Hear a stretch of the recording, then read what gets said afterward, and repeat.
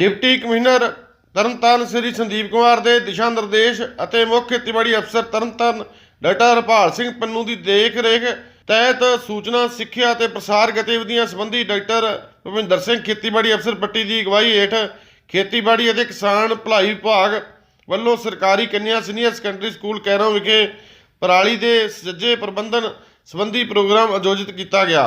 इस मौके मुख्य मेहमान SDM पट्टी श्री राजेश शर्मा ने पराली प्रबंधन संबंधी विद्यार्थियों द्वारा पेश किए भाषण कविता और पेटिंग आदि पेशकारी की शलाघा करदਿਆਂ आस उठाई कि बच्चे अपने माता पिता और नज़दीकियों को पराली साड़न तो होंदे नुकसान बारे दसणगे। उन्होंने कहा कि माता पिता अपने बच्चों की भावपूर्त अपील को कभी भी नहीं मोड़ते।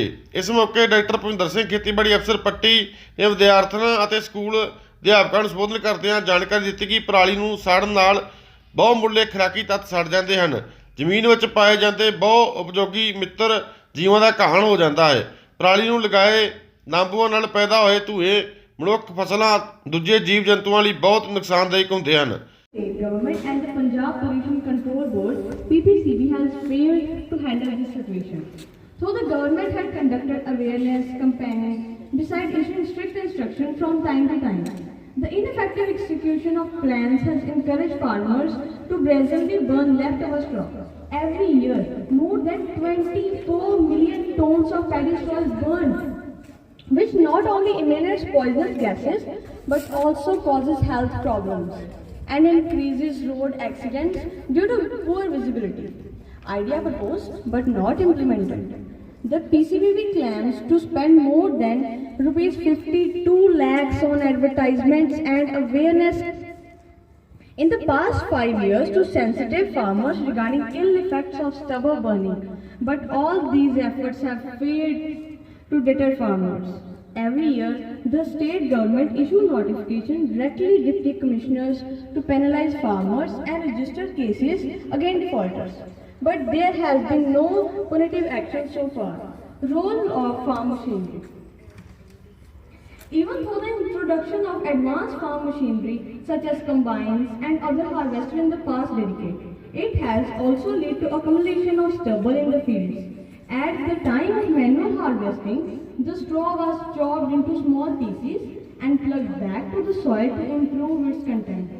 According to agriculture experts, the burning of straw depletes soil fertility. However, farmers in their haste to clear fields for sowing wheat often try to dispose paddy stubble in eco-friendly ways. The government has come up with happy seeders, straw choppers and other harrow machines, but due to their high prices, farmers are not desired to use this machinery. The problem of straw burning cropped up due to the use of machinery during crop harvesting. Farmers happily use combines and other harvesters, but when it comes to straw management, very few are showing interest. Farmers were being sensitized that they were harming soil of fertility by burning straw, but not many of them bother to take the advice seriously. Cause massive air pollution by raising smoke laden with harmful gases such as sulfur dioxide, nitric oxide and carbon dioxide, reduces nutrition value and fertility of soil, causes respiratory problems and other health problems, irritation in the eyes which may lead to blindness. To clear fields for sowing wheat, soon paddy harvesting, they can't afford stubble management implements, whose prices run into lakh of rupees.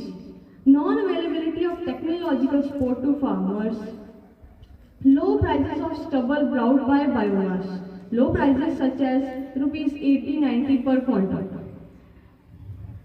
Farmers have misconception that burning of stubble does not affect soil and health. Why ban not enforced strictly? Why? Thanks and have a nice day.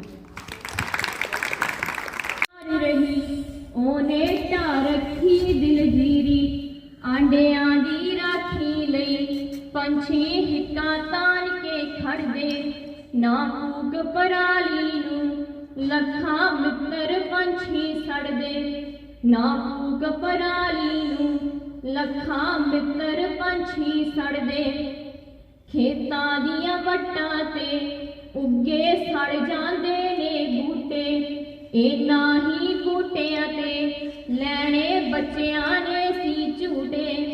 ਇਹ ਬੂਟੇ ਰਹਿਣ ਸਦਾ ਛਾਂ ਲਈ ਧੁੱਪਾਂ ਦੇ ਨਾਲ ਲੜਦੇ, ਨਾ ਫੂਕ ਪਰਾਲੀ ਨੂੰ ਲੱਖਾਂ ਨਿੱਕੇ ਬੂਟੇ ਸੜਦੇ, ਨਾ ਫੂਕ ਪਰਾਲੀ ਨੂੰ ਲੱਖਾਂ ਨਿੱਕੇ ਬੂਟੇ ਸੜਦੇ।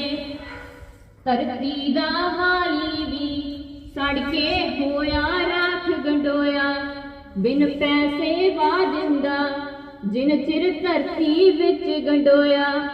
ਫਿਰ ਮਿੱਤਰ ਕੀੜੇ ਵੀ ਅੱਗ ਵਿੱਚ ਤਾੜ ਤਾੜ ਨੇ ਕਰਦੇ, ਨਾ ਫੂਕ ਪਰਾਲੀ ਨੂੰ ਲੱਖਾਂ ਮਿੱਤਰ ਕੀੜੇ ਸੜਦੇ, ਨਾ ਫੂਕ ਪਰਾਲੀ ਨੂੰ ਲੱਖਾਂ ਮਿੱਤਰ ਕੀੜੇ ਸੜਦੇ।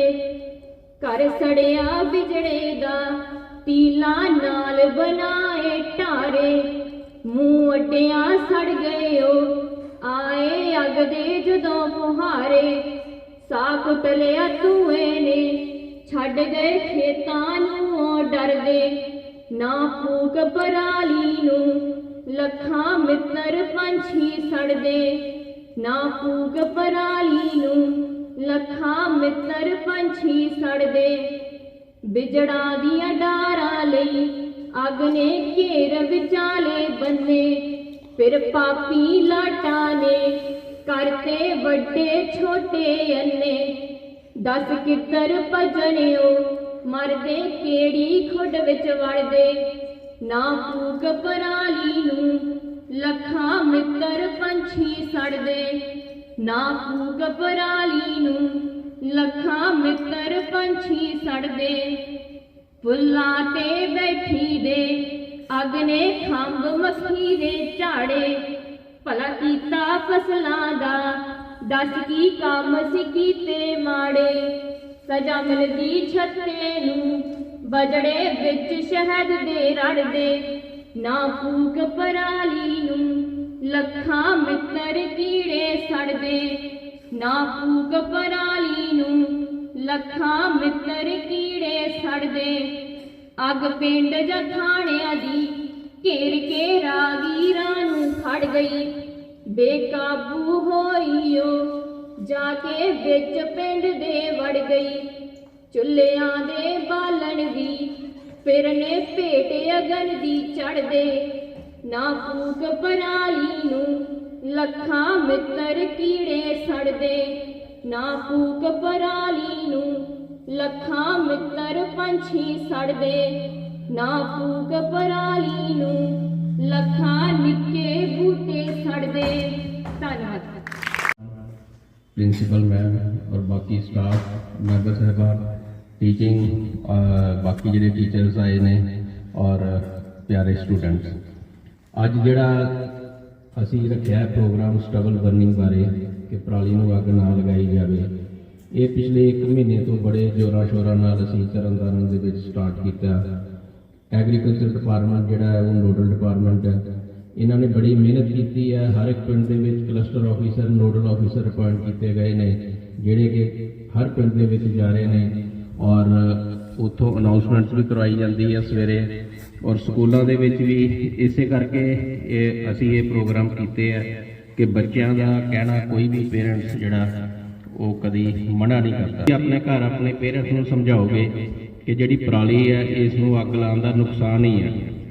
ਜਦੋਂ ਅੱਜ ਤੁਹਾਡੀ ਜ਼ਮੀਨ 1 ਏਕੜ ਜੇ ਲਾ ਲਈਏ, ਜੇ ਹੋ ਸਕਦਾ 20 ਲੱਖ ਨੂੰ ਪਰ ਏਕੜ ਹੋਵੇ, ਇਹ ਵੀ ਹੋ ਸਕਦਾ ਕਈ ਪਿੰਡਾਂ 'ਚ 40 ਲੱਖ ਨੂੰ ਪਰ ਏਕੜ ਹੋਵੇ, ਪਰ ਜੇ ਇਸ ਤਰ੍ਹਾਂ ਹੀ ਅੱਗ ਲੱਗਦੀ ਰਹੀ, ਜਿਹੜੀ ਇਸ ਦੀ ਉਪਜਾਊ ਸ਼ਕਤੀ ਹੈ ਜ਼ਮੀਨ ਦੀ ਉਹ ਖਤਮ ਹੋ ਜਾਣੀ ਹੈ। ਔਰ ਜਦੋਂ ਨੂੰ ਤੁਹਾਡਾ ਟਾਈਮ ਆਉਣਾ, ਬੱਚੇ ਜਦੋਂ ਵੱਡੇ ਹੁੰਦੇ ਨੇ ਤੇ ਉਸ ਟਾਈਮ ਤੇ ਇਹਦੀ ਕੀਮਤ 5 ਲੱਖ ਪਰ ਏਕੜ ਵੀ ਨਹੀਂ ਰਹਿ ਜਾਣੀ ਹੈ। ਤਾਂ ਇਸ ਕਰਕੇ ਅਸੀਂ ਆਪਣਾ ਵੀ ਨੁਕਸਾਨ ਕਰ ਰਹੇ ਹਾਂ ਔਰ ਆਉਣ ਵਾਲੀ ਪੀੜ੍ਹੀ ਦਾ ਵੀ ਨੁਕਸਾਨ ਕਰ ਰਹੇ ਹਾਂ।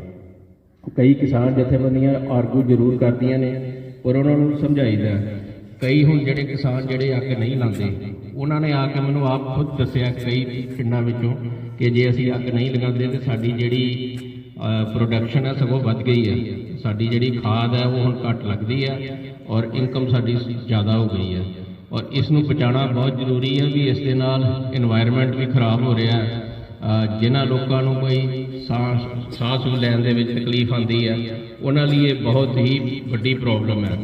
10 ਕੁ ਦਿਨ ਪਹਿਲੇ ਇੱਕ ਫੋਟੋ ਵੀ ਆਈ ਸੀ, ਇੱਕ ਟੀਚਰ ਸੀ ਮੋਗਾ, ਉਹ ਉਹਨਾਂ ਨੂੰ ਪਰਾਲੀ ਦੇ ਕਿਸੇ ਨੇ ਧੂੰਆਂ ਇੰਨਾ ਜ਼ਿਆਦਾ ਸੀ ਸਟਬਲ ਬਰਨਿੰਗ ਕਰਕੇ ਉਹਨਾਂ ਨੂੰ ਨਜ਼ਰ ਨਹੀਂ ਆਇਆ ਔਰ ਉਹਨਾਂ ਦਾ ਸਾਰਾ ਹੀ ਜਿਹੜਾ ਫੇਸ ਹੈ ਉਹ ਸਾਰਾ ਹੀ ਖਰਾਬ ਹੋ ਗਿਆ ਐਕਸੀਡੈਂਟ ਕਰਕੇ। ਸੋ ਇਹਨਾਂ ਚੀਜ਼ਾਂ ਕਰਕੇ ਆਪਣੀ ਜ਼ਮੀਨ ਨੂੰ ਬਚਾਉਣਾ ਬਹੁਤ ਜ਼ਰੂਰੀ ਹੈ। ਤੁਸੀਂ ਆਪਣੇ ਪੇਰੈਂਟਸ ਨੂੰ ਸਮਝਾਓ, ਕਿਉਂਕਿ ਹੁਣ ਤੇ ਗੌਰਮੈਂਟ ਵੱਲੋਂ ਔਰ ਐਗਰੀਕਲਚਰ ਡਿਪਾਰਟਮੈਂਟ ਵੱਲੋਂ ਬਹੁਤ ਜ਼ਿਆਦਾ ਜਿਹੜੇ ਹੈਗੇ ਨੇ ਆਪਣੀ ਮਸ਼ੀਨਰੀ ਉਹਦਾ ਅਰੇਂਜ ਕੀਤਾ ਹੋਇਆ। ਅਸੀਂ ਬੇਲਰਸ ਅਰੇਂਜ ਕੀਤੇ ਆ, ਹੈਪੀ ਸੀਡਰ, ਸੁਪਰ ਸੀਡਰ, ਉਹਦੇ ਕਰਕੇ ਵੀ ਹੁਣ ਕੋਈ ਪਰਾਲੀ ਸੰਭਾਲਣ ਦਾ ਵੀ ਕੋਈ ਖਰਚਾ ਨਹੀਂ ਆਉਂਦਾ। ਜਿਹੜੀਆਂ ਆਪਣੀਆਂ ਫੈਕਟਰੀਆਂ ਹੈਗੀਆਂ ਨੇ, ਸਾਡੇ ਜਿੱਦਾਂ 3 ਫੈਕਟਰੀਆਂ ਨੇ, ਅਸੀਂ ਉਹਨਾਂ ਨਾਲ ਵੀ ਆਪਣਾ ਸਾਡਾ ਟਾਈ ਅਪ ਹੋਇਆ ਪਰਾਲੀ ਉਹ ਵੀ ਲੈ ਰਹੇ ਆ। ਇਸ ਕਰਕੇ ਅੱਗੇ ਜਿਹੜਾ ਆਉਂਦਾ ਸੀ ਜੀ ਪਰਾਲੀ ਅਸੀਂ ਕਿੱਥੇ ਸੁੱਟੀਏ, ਉਹ ਸਾਰਾ ਅਰੇਂਜਮੈਂਟ ਹੋਇਆ। ਸਿਰਫ 5 ਦਿਨ ਜਦੋਂ ਇਹ ਕਟਾਈ ਕਰਦੇ ਆ, 5 ਦਿਨ ਇਹਨਾਂ ਨੇ ਉੱਥੇ ਬੱਸ ਰੱਖਣੀ ਆ, ਉਹਦੇ ਬਾਅਦ ਸਰਕਾਰ ਨੇ ਆਪਣੇ ਆਪ ਹੀ ਪਰਾਲੀ ਜਿਹੜੀ ਹੈ ਚੁਕਾ ਲੈਣੀ ਆ। ਸੋ ਇਸ ਕਰਕੇ ਮੈਂ ਤੁਹਾਨੂੰ ਫਿਰ ਬੱਚਿਆਂ ਨੂੰ ਸਾਰਿਆਂ ਨੂੰ ਰਿਕੁਐਸਟ ਕਰਾਂਗਾ ਕਿ ਆਪਣੇ ਫਾਦਰਸ ਨੂੰ ਇਹੋ ਸਮਝਾਉਣਾ ਕਿ ਪਰਾਲੀ ਨੂੰ ਅੱਗ ਨਹੀਂ ਲਾਣੀ। ਜੇ ਅੱਗ ਨਹੀਂ ਲਾਵਾਂਗੇ ਤਾਂ ਹੀ ਸਾਡੀ ਜ਼ਮੀਨ ਬਚੇਗੀ। ਜਦੋਂ ਵੀ ਅੱਗ ਲਾਵਾਂਗੇ ਤੁਸੀਂ ਦੇਖਦੇ ਹੋ ਕਿ ਜ਼ਮੀਨ ਦੇ ਵਿੱਚ ਛੋਟੇ ਛੋਟੇ ਜੀਵ ਜੰਤੂ ਹੁੰਦੇ ਆ, ਉਹ ਸਾਰੇ ਹੀ ਮਰ ਜਾਂਦੇ ਆ। ਉਹ ਮਰਨ ਨਾਲ ਜਿਹੜੀ ਉਹਦੀ ਉਪਜਾਊ ਸ਼ਕਤੀ ਆ ਉਹ ਖਤਮ ਹੋ ਜਾਂਦੀ ਆ, ਝਾੜ ਵੀ ਘੱਟ ਆਉਂਦਾ ਔਰ ਟਾਈਮ ਪਾ ਕੇ 5 ਸਾਲ 7 ਸਾਲ ਤੱਕ ਇਹ ਸਾਰੀ ਜਿਹੜੀ ਜ਼ਮੀਨ ਹੈ ਫਿਰ ਬੰਜਰ ਹੋ ਜਾਂਦੀ ਹੈ। ਔਰ ਜ਼ਮੀਨ ਜੇ ਬੰਜਰ ਹੋ ਗਈ ਤੇ ਉਹਦਾ ਨੁਕਸਾਨ ਬੱਚਿਆਂ ਨੂੰ ਹੋਣਾ ਹੈ ਕਿ ਅੱਜ ਜਿਹੜੀ ਜ਼ਮੀਨ 20 ਲੱਖ ਦੀ ਹੈ ਉਹ ਕੱਲ੍ਹ ਨੂੰ 5 ਲੱਖ ਦੀ ਵੀ ਨਾ ਰਹੀ ਤੇ ਇਹ ਬੜੀ ਵੱਡੀ ਪ੍ਰੋਬਲਮ ਕ੍ਰੀਏਟ ਹੋ ਜਾਣੀ ਹੈ। ਇਸ ਕਰਕੇ ਮੈਂ ਜ਼ਿਆਦਾ ਟਾਈਮ ਨਹੀਂ ਲੈਣਾ ਕਿਉਂਕਿ ਗਰਮੀ ਵੀ ਆ ਤੇ ਬੱਚੇ ਹਾਲੇ ਵੀ ਚਲੋ ਧੁੱਪੇ ਹੀ ਬੈਠੇ ਨੇ। ਤੇ ਮੈਂ ਐਂਡ ਦੇ ਵਿੱਚ ਤੁਹਾਨੂੰ ਫਿਰ ਇੱਕ ਵਾਰ ਰਿਕੁਐਸਟ ਕਰਾਂਗਾ ਕਿ ਸਾਰੇ ਆਪਣੇ ਪੇਰੈਂਟਸ ਨੂੰ ਸਮਝਾਓ ਔਰ ਆਪਣੇ ਹੋਰ ਵੀ ਜਿਹੜੇ ਰਿਸ਼ਤੇਦਾਰ ਨੇ, ਰਿਲੇਟਿਵਸ, ਤੁਹਾਡੇ ਫਰੈਂਡਸ ਵਗੈਰਾ ਸਾਰਿਆਂ ਨੂੰ ਸਮਝਾਓ ਕਿ ਪਰਾਲੀ ਨੂੰ ਬਿਲਕੁਲ ਅੱਗ ਨਹੀਂ ਲਾਣੀ। ਔਰ ਜਿਹੜੇ ਯਤਨ ਚੱਲ ਰਹੇ ਨੇ ਸਾਡੇ ਡੀਸੀ ਸਾਹਿਬ ਔਰ ਸਾਡਾ ਥੱਲੜਾ ਸਟਾਫ ਬਹੁਤ ਹੀ ਅੱਛਾ ਕੰਮ ਕਰ ਰਿਹਾ ਔਰ ਇਸ ਕਰਕੇ ਸਾਡੀ ਜਿਹੜੀ ਇਸ ਸਾਲ ਜਿਹੜੀ ਹੈ ਹਾਲੇ ਤੱਕ ਮੇਰੇ ਖਿਆਲ 10% ਵੀ ਪਿਛਲੇ ਸਾਲ ਦੇ ਮੁਕਾਬਲੇ ਅੱਗ ਨਹੀਂ ਲੱਗੀ। ਤਾਂ ਮੈਨੂੰ ਉਮੀਦ ਹੈ ਵੀ ਸਾਰਿਆਂ ਦੇ ਸਹਿਯੋਗ ਨਾਲ, ਸਾਰਿਆਂ ਦੀ ਕੋਆਪਰੇਸ਼ਨ ਨਾਲ ਅਸੀਂ ਕਾਮਯਾਬ ਹੋਵਾਂਗੇ और स्टबल बर्निंग पे कंट्रोल पाएंगे। Thank you. ताज़ा तरीन अपलोड्स की नोटिफिकेशन हासिल करने के लिए हमारे चैनल को सब्सक्राइब करें और साथ में दिए गए घंटे के निशान को दबाना ना